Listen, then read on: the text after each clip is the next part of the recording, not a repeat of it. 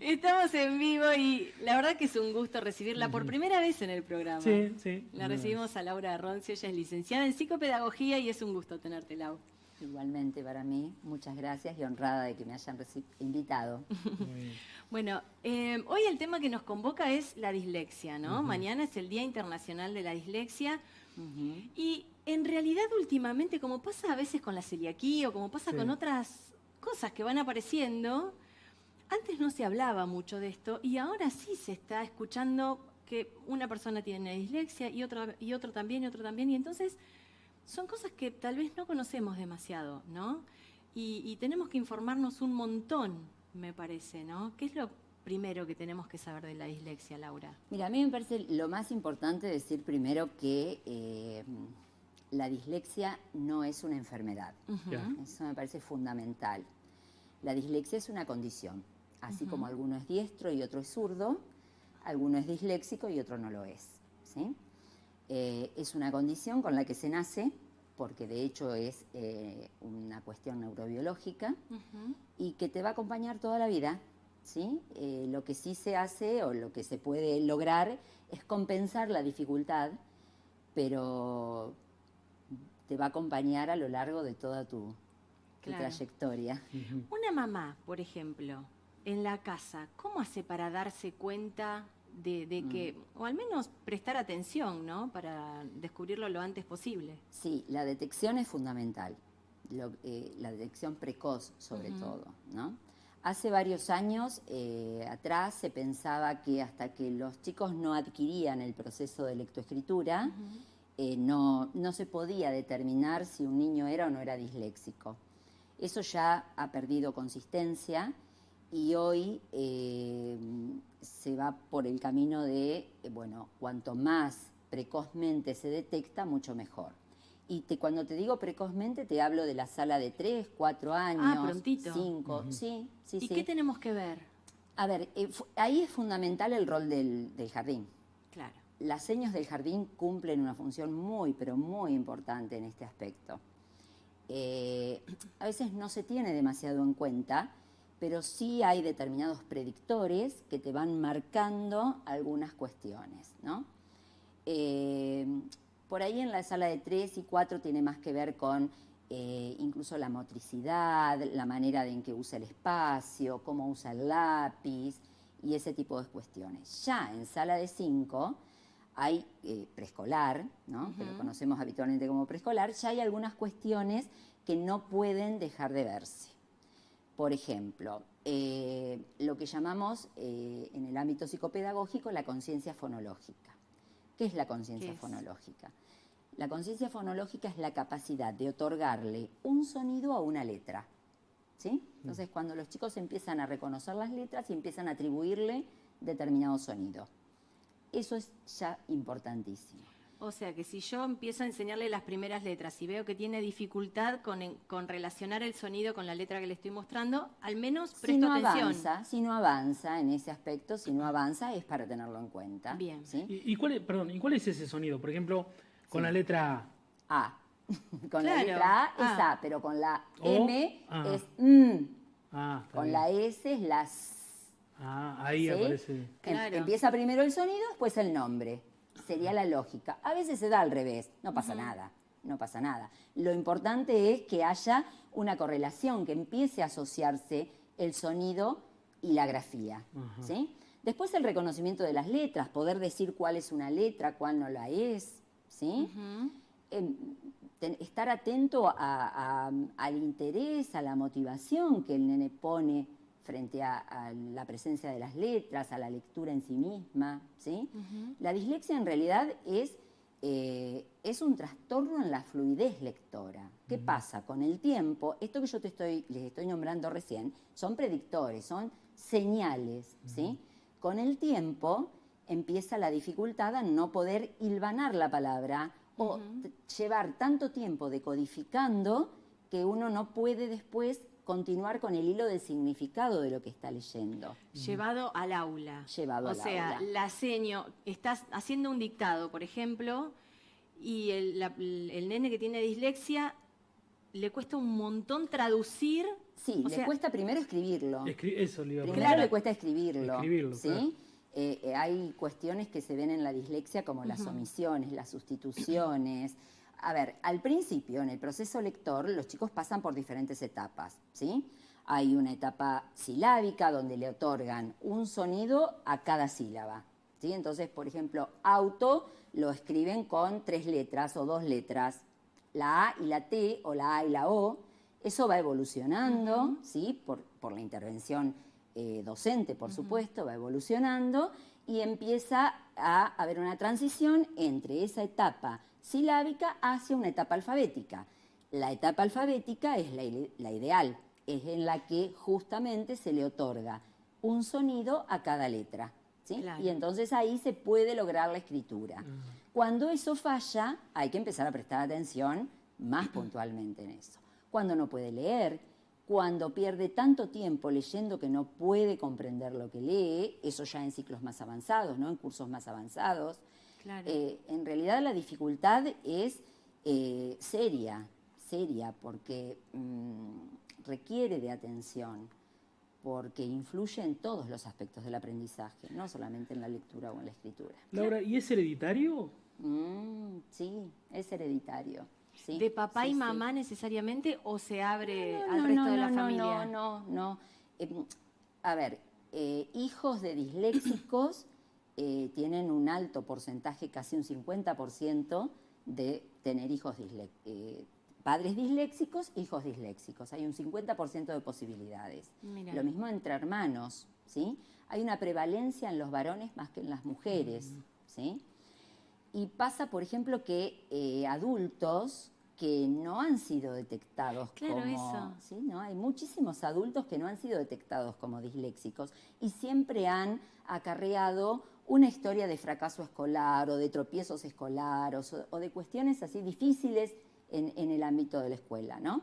Que cuando uno se sienta con ellos frente a la consulta por su hijo, dice, pero esto era lo que a mí me pasaba en la escuela. Claro, ahí ¿Sí? está. Claro, Pero es muy, muy común, ¿eh? O sea que al adulto lo podés diagnosticar hoy, por ejemplo. Bueno, seguramente Sí. ya compensado en un montón de Claro. situaciones, ¿no? Seguramente Pero- ya compensado, pero si él asocia las dificultades de su hijo con las dificultades que él ha tenido en su historia escolar, seguramente que sí. Claro. Sí, seguramente que sí. Hace unos años llegó un señor profesional, porque obviamente que la dislexia no impide que uno pueda hacer un recorrido académico, no Claro. le impide para nada. Terminar siendo ¿no? un gran profesional, digamos. Podés terminar siendo un gran profesional, por supuesto, sí. Entonces me dice, vengo porque mi señora dice que yo, si no fui, soy disléxico. Claro, sí, y evidentemente lo había sido, Claro. no lo había perdido, es decir, estaba compensado, porque como te dije al principio, esto es una cosa que se lleva durante toda la vida consigo mismo. Claro. No se puede desprender uno de la situación disléxica. Ujú. ¿Hay tipos de dislexia? Sí, hay varios tipos de dislexia que en realidad tienen una base teórica. Son distintas miradas, distintas posiciones, distintas escuelas, pero en realidad la dislexia es una sola, es dislexia. ¿Sí? Una vez que, bueno, tenemos el nene que ya está siendo estudiado, ¿hay que hacer algún estudio de médicos, me refiero, Sí. neurológico, para poder corroborar que sea específicamente ese el Generalmente diagnóstico o no es necesario? No es necesario. No por lo menos en nuestro medio. En centros especializados con alta complejidad y en las grandes ciudades, y casi te diría también que por ahí en otros países, se utiliza la neuroimagen, ¿sí? Que determina algunas cuestiones. Porque, ¿qué pasa? A ver, el cerebro...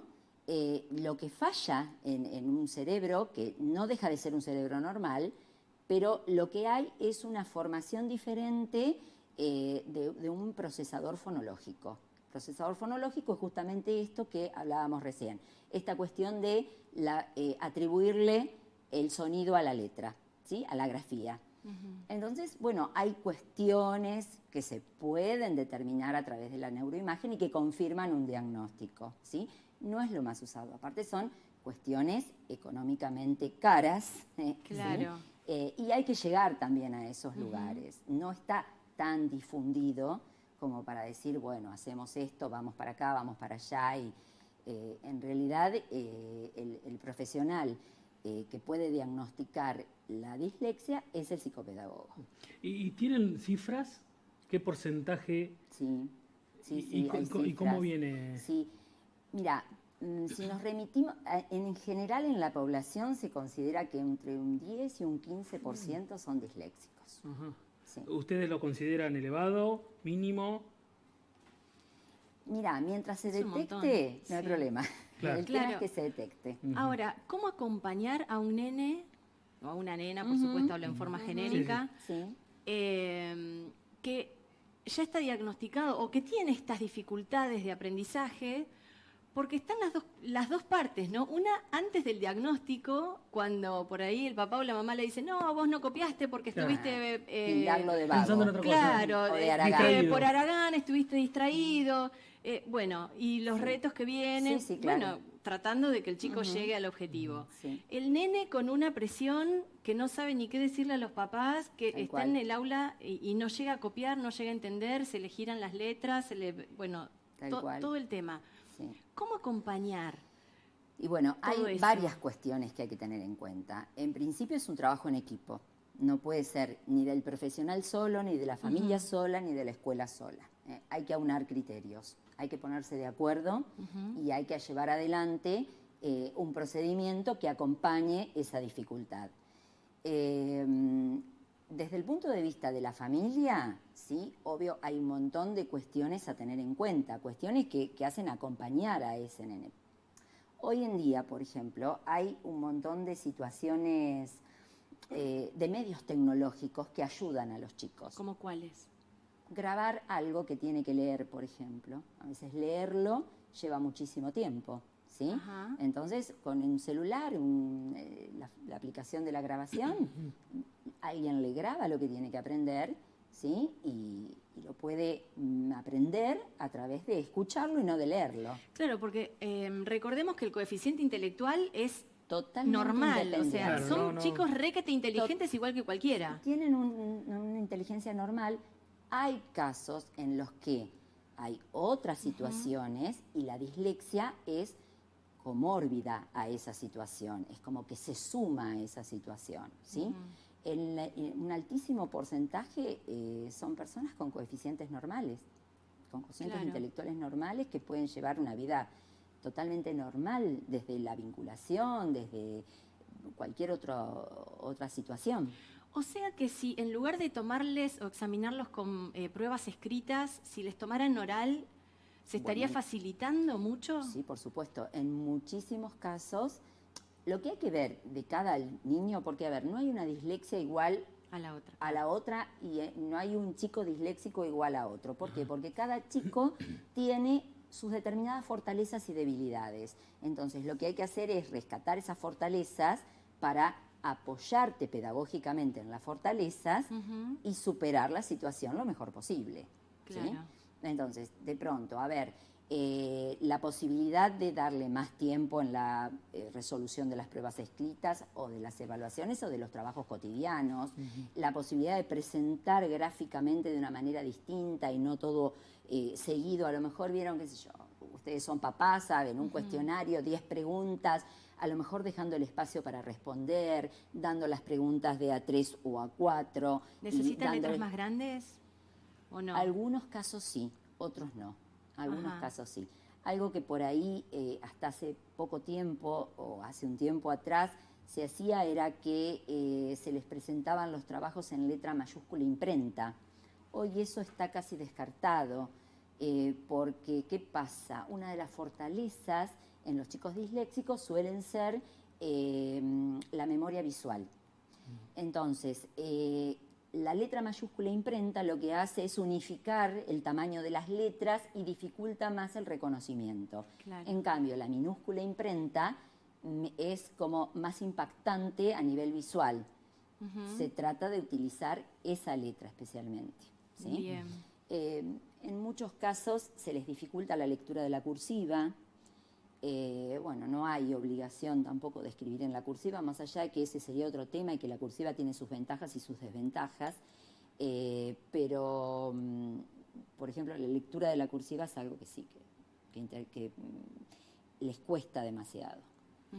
Pero hay un montón de O sea que de hay técnicas estrategias. para ayudar, estrategias Sí. para ayudar, Sí, sobre claro. todo para que puedan pasar la época escolar de la mejor manera, pensando también en las miradas de los compañeritos, ¿no? Que nunca llega, que no sabe, que no puede, que no... Bueno, eso es Eso muy es durísimo sí, también. pero es muy importante que el grupo clase esté al tanto de lo que le pasa a fulanito o a menganito.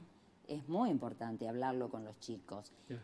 porque también los chicos en ese sentido son sumamente solidarios y siempre están ayudando, compartiendo, esperando, siempre Claro. hay ayuda por parte de los chicos. No es lo mismo que sus compañeros sepan o no sepan qué dificultad tiene cada uno. Y como uno es disléxico, otro puede tener otra dificultad, ¿no? Eso, Sí, ni por hablar. supuesto, por supuesto. Ujú, sí. Bueno, Laura, quedan un montón de preguntas, Sí, pero tenemos que... Sí. A ver, hay algo que me parece muy importante y que la escuela está camino a eso, Sí. y que es que ya las aulas no son homogéneas, las aulas son heterogéneas, ¿sí?